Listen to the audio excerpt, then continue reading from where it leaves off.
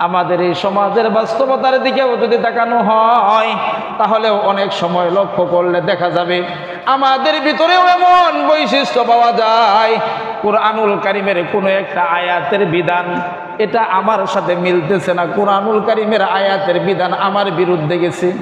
তখনই বলি কি, হুজুর এই আয়াত এটা মানা সম্ভব না।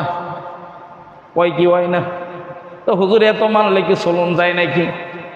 নবীজি সাল্লাল্লাহু আলাইহি ওয়াসাল্লামের হাদিসের একটা বিধান এইটা আমার বিরুদ্ধে চলে গেছে, তো ওই হাদিস আমার জন্য মাইনা নেওয়া কষ্ট হয়। কোরআনের আয়াতের বিধান আমার বিরুদ্ধে চলে গেলে, আমার স্বার্থের বিরুদ্ধে চলে গেলে আয়াতের বিধান মাইনা নিতে কষ্ট হয়, হাদিসের বিধান মাইনা নিতে কষ্ট হয়। যদি কোনো মাসআলা আমার স্বার্থের বাহিরে চলে যায় তাহলে ওই মাসআলা আমার মেনে নিতে কষ্ট হয়। বলেন তো এই জাতীয় বৈশিষ্ট্য আমাদের ভিতরে আছে না নাই? ও মেরে মুহতারাম ভাইও, কথাগুলো দিল দিয়া বোঝা চাই। দুনিয়ার জমিনের মাঝে মুসলমানের অভাব নাই, গড়ে গড়ে মুসলমানের অভাব নাই, কিন্তু আল্লাহর হাবিবের হাদিসের বাক্য অনুযায়ী খালেস ইমানদার মুমিন, এই খালেস ইমানদার মুমিন বান্দা বান্দি বড্ড অভাব কিন্তু এই সময়ে। কথা বলেন ঠিক কিনা? খালেস ইমানদার মুমিন বান্দা বান্দির অনুপস্থিতি খুবই কম, কিন্তু মুসলমানের অভাব নাই। বলে কেমন? মুসলমান স্বার্থের বাহিরে যদি চইলা যায় তাহলে আমাদের সামনে কোরআন ও কোরআন থাকে না, হাদিস ও হাদিস থাকে না। দলের বিরুদ্ধে যদি আমার কথা চলে যায়, দলের বিরুদ্ধে গেলে ওই কথা ভালো লাগে না। জোরে গণ, দলের বিরুদ্ধে চলে গেলে হুজুরও ভালো লাগে না, আয়াতও ভালো লাগে না, হাদিসও ভালো লাগে না। এবং বলিও কি আমরা, বলে ধর্ম দিয়া রাজনীতিও চলে না, যাক ওই দিকে আমার কথার সেকশন না। ও মেরে মোহতারাম ভাইও, এই যে আমাদের ভিতরে মুনাফিকি আলামত, এই মুনাফিকি আলামত যত দিন যাইতেছে তত কিন্তু আমাদের সমাজের মাঝে দিন দিন বৃদ্ধি পাইতেছে। কথা বলেন ঠিক কিনা? ইজা হাদ্দাসা কাযাবা, যখন কথা বলে তখন মিথ্যা কথা বলে। এখন আপনারা বুঝে থাকলে বলেন, মিথ্যুকের সংখ্যা আগের যুগে মুরব্বী যারা আছেন আপনারা বলেন, আগের যুগে মিথ্যুকের সংখ্যা বেশি ছিল নাকি এখনের যুগে মিথ্যুকের সংখ্যা আরো বেশি? আগের যুগের চাইতে বহুগুণ বেশি। আপনাদের হালত যেমন তেমন আমরাও তো অনেক সময় এইরকম বলি। মনে করেন আসি পাই করে একজন ফোন দিছে, হুজুর কোথায়? এই তো ব্রিজ পারে আছি, আসতেছি 2 মিনিট, তখন আরো আধা ঘন্টা লাগাই দেই। আপনারা এমন করেন না? আমরাই করি। আপনারা কেউ করেন না? তো করেন, স্বীকার করে না, করি কি না? 2 মিনিট অপেক্ষা করেন বইলা 30 মিনিট জায়গা, 2 মিনিট 30 মিনিটেও হয় না। হয় কি হয় না? দ্বিতীয় নাম্বার, অঙ্গীকার ভঙ্গ করার প্রবণতা। অঙ্গীকার ভঙ্গি করার প্রবণতা। আল্লাহু আকবার। এই কথা বললে জানি না আপনাদের কারো কাছে লেগে যাবে কিনা। এই যে আমাদের এই বাংলাদেশ, এই দেশটা দেখলে মাঝে মাঝে খুব খুশি লাগে। বলে কেন খুশি লাগে? 18 কোটি জনগণের মাঝে 37 কোটি নেতা। এই দেশটার সেবা করার জন্য সবাই পাগল, কিন্তু এই যে 53 বছর সেবা করতে করতে চোখ 2টা বাদে সব খাওয়া শেষ। কথা কয় না? মানে এমন দেশ আপনি আরো কোথাও পাবেন কিনা খুব সন্দেহ। সবাই জনগণের সেবা করার জন্য পাগল। আরে বাবা রে বাবা, এমন কোনো দল নাই, এমন কোনো ব্যক্তি নাই, সবাই শুধু জনগণের সেবা করতে চায়। আরে বাবা, এই দেশের ভিতরে এত ভালো মানুষ, সবাই শুধু খালি জনগণেরই সেবা করতে চায়, কিন্তু মূলত সেবা কার দেওয়া হয় আল্লাহই জানে।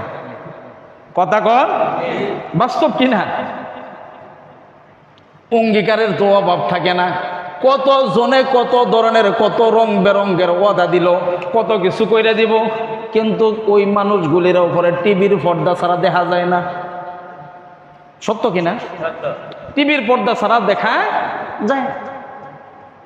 আল্লাহর হাবিব সাল্লাল্লাহু আলাইহি ওয়াসাল্লাম জানায়া দেয়, মুনাফিকের 3য় নাম্বার খাসলত হলো, ওরে উম্মতরা শুনো, মুনাফিকদের মাঝে কাছে যখন আমানত রাখা হয়, মুনাফিকদের কাছে যখন আমানত রাখা হয় তখন ওই আমানত আর আমানত থাকে না, তখন ওই আমানতের খেয়ানত হয়ে যায়। কথা কোন ঠিক কিনা?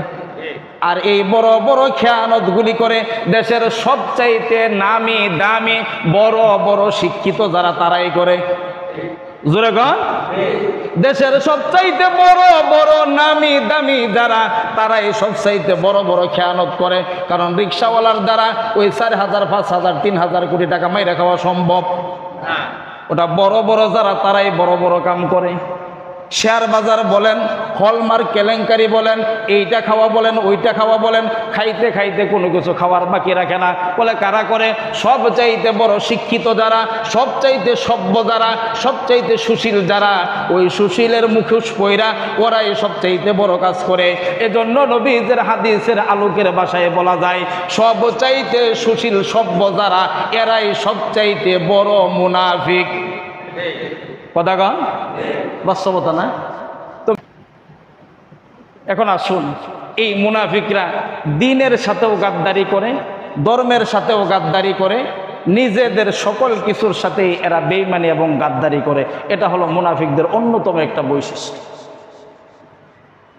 এই মুনাফিকদের ব্যাপারে আল্লাহ সুবহানাহু ওয়া তাআলা পবিত্র কোরআনুল কারীমের মাঝে ইরশাদ করেছেন সূরাতুল বাকারার ৮ নম্বর আয়াত, وَمِنَ النَّاسِ مَن يَقُولُ آمَنَّا بِاللَّهِ وَبِالْيَوْمِ الْآخِرِ وَمَا هُمْ بِمُؤْمِنِينَ وَمِنَ النَّاسِ مَن يَقُولُ, আর মানুষের মাঝে এমন কিছু মানুষ আছে যে মানুষগুলি বলে আমান্না বিল্লাহ, আমরা আল্লাহ তাআলার উপর ঈমান আনয়ন করেছি, ওয়া বিল ইয়াউমিল আখির, আমরা আখিরাতের প্রতি ঈমান আনয়ন করেছি, ওমা হুম বিমুমিনিন, কিন্তু বাস্তবিক অর্থে ওই সমস্ত ব্যক্তিরা মুমিন না, ওরা শুধু মুমিনের খুলুস পইরা থাকে।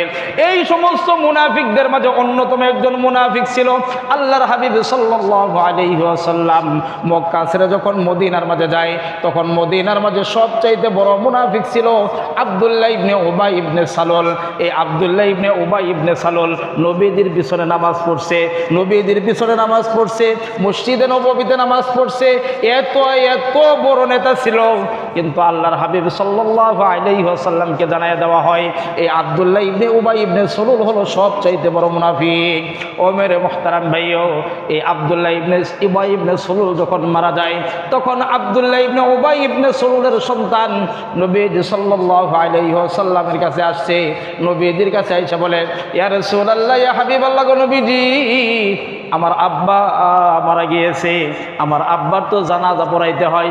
ইয়া রাসূলুল্লাহ, ইয়া হাবিবাল্লাহ, গো নবীজি, আমার মন চাই আপনি আমার আব্বা আর জানাজায় শরীক হবেন, আপনি আমার বাবার জানাজাটা একটু পড়াইয়া দিবেন, আর আপনার গায়ের একটা পুরাতন জামা আমার বাবার জন্য আপনি হাদিয়া দিয়ে দিন।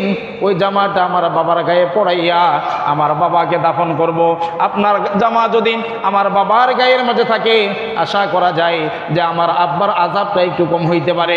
নবীজি সাল্লাল্লাহু আলাইহি ওয়াসাল্লাম, দয়ার সাগর রাহমাতুল লিল আলামিন, পয়গম্বর আরবি নবীজি সাল্লাল্লাহু আলাইহি ওয়াসাল্লাম আব্দুল্লাহ ইবনে উবাই ইবনে সালুলের সন্তানের দাবি পূরণে আব্দুল্লাহ ইবনে উবাই ইবনে সালুলের জানাজার মাঝে গেছে, নিজের গায়ের জামা পর্যন্ত দিছে।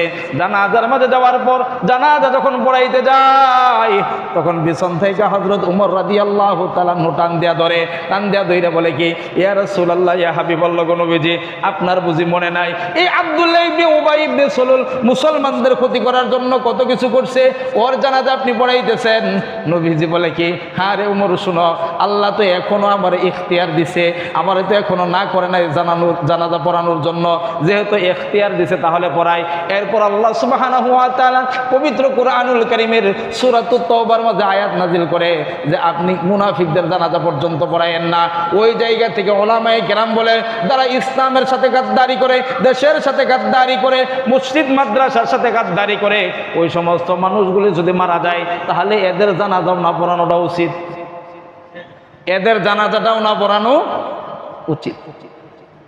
আমার মুহতারাম ভাইও, বলে মুনাফিকদের অবস্থা, মুনাফিকদের আনুগত্য করা যাবে নাকি?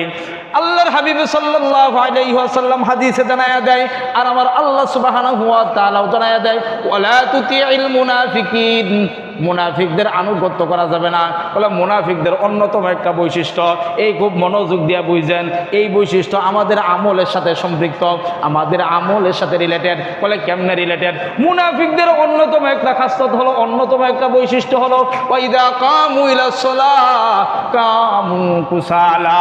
মুনাফিকদের অন্যতম একটা বৈশিষ্ট্য হলো, মুনাফিকরা যখন নামাজ আদায় করার জন্য দাঁড়ায়, তখন একেবারে অলস প্রকৃতিতে নামাজে দাঁড়ায়। বলে নামাজে এমন ভাবে দাঁড়াইছে, আরে আল্লাহু আকবার, যে কেমনে নামাজের মাঝে দাঁড়াইলো? বলে নামাজের মাঝে দাঁড়াইয়া বয়স হয়ে গেছে 60, 65, 70, অথচ নামাজ এখনো পর্যন্ত ঠিক করে নাই। নামাজের মাঝে দাঁড়াইয়া কখনো ডানের দিকে তাকাই, কখনো বামের দিকেও তাকাই, নামাজের মাঝে দাঁড়াইয়া খেল তামাশা পর্যন্ত করে, নামাজের মাঝে দাঁড়াইয়া বিনা কারণে কাপড় নিয়ে খেলা করে, নামাজের মাঝে দাঁড়াইয়া বিনা কারণে মনে চাইতেছে শরীর চুলকাইতেছে, বিনা কারণে নামাজের মাঝে তামাশা করে, নামাজের মাঝে হাঁটাহাঁটি করতেছে, পা নাড়াচাড়া করতেছে, আঙ্গুল নাড়াচাড়া করতেছে, হাত নাড়াচাড়া করতেছে।